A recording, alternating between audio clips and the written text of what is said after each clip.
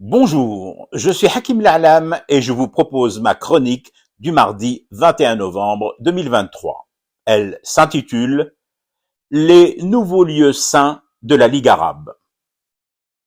Pourquoi s'entêter à organiser des sommets arabes en terre arabe? Ce n'est pas logique du tout. D'abord parce que les terres arabes diminuent à vue d'œil de tatbih et de normalisation. Bientôt, il n'y aura plus de terres arabes. On sera alors bien avancé pour organiser des sommets arabes en terre arabe sans terre arabe. Ensuite, organiser des sommets arabes chez les Arabes implique un surcoût dingue.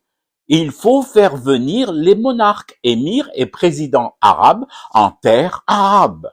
D'un point de vue logistique, c'est énorme, vu que la plupart vivent hors sol arabe. Et s'il n'y avait que l'aspect logistique, a-t-on seulement pensé au choc psychologique que ces populations couronnées pourraient subir en retournant en terre arabe, brutalement, sans préparation aucune, même pour une courte escale de quelques jours, le temps de ce sommet arabe. Mon Dieu, un pogrom, un holocauste arabe en terre arabe. On aura tout vu.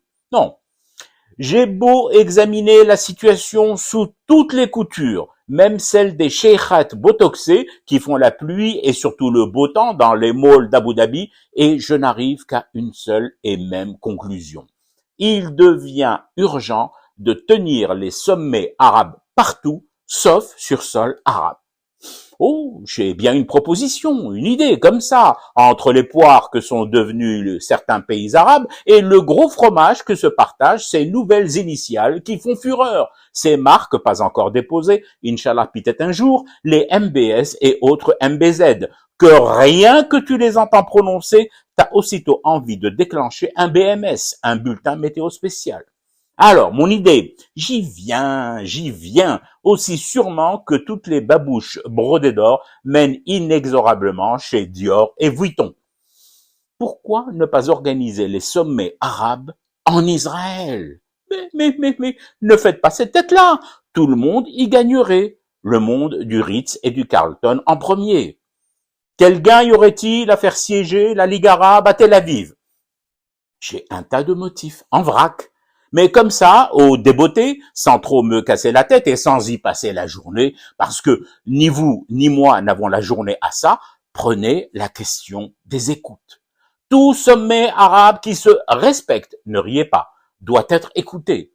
Pas par les peuples arabes, bien sûr, mais par Israël. Souvenez-vous de ce fameux sommet arabe tenu au Maroc, royaume sous double protectorat français et israélien.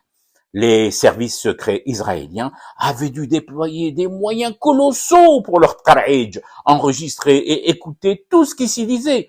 Heureusement que le papa de Momo VI, Hassan II, a aidé. Ah si, il a été disponible, gentil comme tout. Il a même mis la main à la pâte, branchant des fiches et envoyant sous pli les bobines aux Israéliens. Eh ouais, à cette époque, il n'y avait pas encore Internet et Pegasus. Donc du coup, je me dis que si le prochain sommet arabe trouvait refuge en Israël, ça en ferait des fiches en moins, des kilomètres de bobines économisées, des colis et des timbres, des postes à déduire du budget de ce sommet. Et justement, quand tu y regardes de plus près et que tu additionnes tous ces avantages, eh ben, ton sommet arabe chez Bibi serait le premier du genre éco-responsable, en phase avec l'écologie, la diminution de la marque carbone et un moyen vraiment cachère de lutter contre le réchauffement climatique. Cachère à défaut d'être halal. Je fume du thé et je reste éveillé. Le cauchemar continue. C'était Hakim La'alam. Je vous retrouve demain pour une autre chronique et une autre façon de dire son amour à l'Algérie.